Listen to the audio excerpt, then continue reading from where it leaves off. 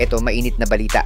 Ito hindi maipinta at napapangiwi na lang ang coach ng Thailand matapos lampasuhin ng Gilas Youth ang kanyang team sa second game ng Sayaba Under-16 Championship. Crowd na mismo ang nag-cheer sa Thailand player na to para makapuntos na ang mga Thai dahil ayaw talaga magsipasok ng mga tira nila. Thailand, and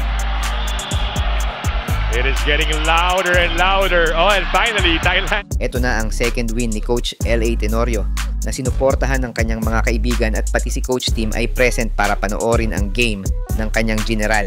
Pero bago yan, like and subscribe lang mga kabady para sa latest basketball news and highlights. Halos hindi nakatikim ng puntos ang Thailand national team sa isang buong first quarter dahil sa matinding depensa ng Gilas Pilipinas Boys Under-16 habang tinapos ng mga bata ang laban sa isang impressive win.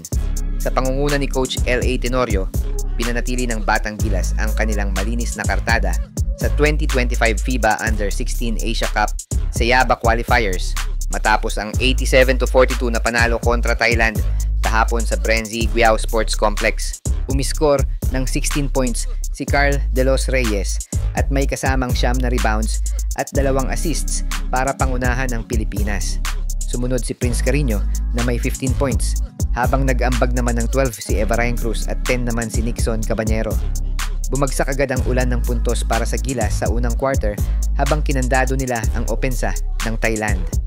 Wala ngang naipasok na field goal ang mga bisita at nagtala pa ang Pilipinas ng sunod-sunod na 31 points para sa 31-0 run. Pinoy crowd na ang nag-cheer sa free throw na to ni Alexander Jr. David ng Thailand para ibigay ang unang puntos ng mga Thais sa first quarter.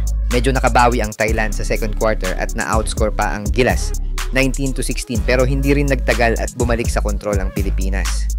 Unti-unting lumobo ang abante ng Gilas Youth hanggang sa umabot ito ng 45 points sa endgame. Malaking bagay ang agresibong depensa ng Batang Gilas na mag-force sa Thailand ng 21 turnovers na agad nilang kinonvert sa 33 fast break points. Hindi rin nakapagparamdam ang opensa ng kalaban na 12 of 76 lang sa field or 16% shooting. Si Ananda Jager ang bida para sa Thailand na may 8 puntos at 8 rebounds habang may 7 points naman at 12 boards si Lorenzo Ravazzini na inaakala ng marami na magdodominate sa game kontra Gilas Youth.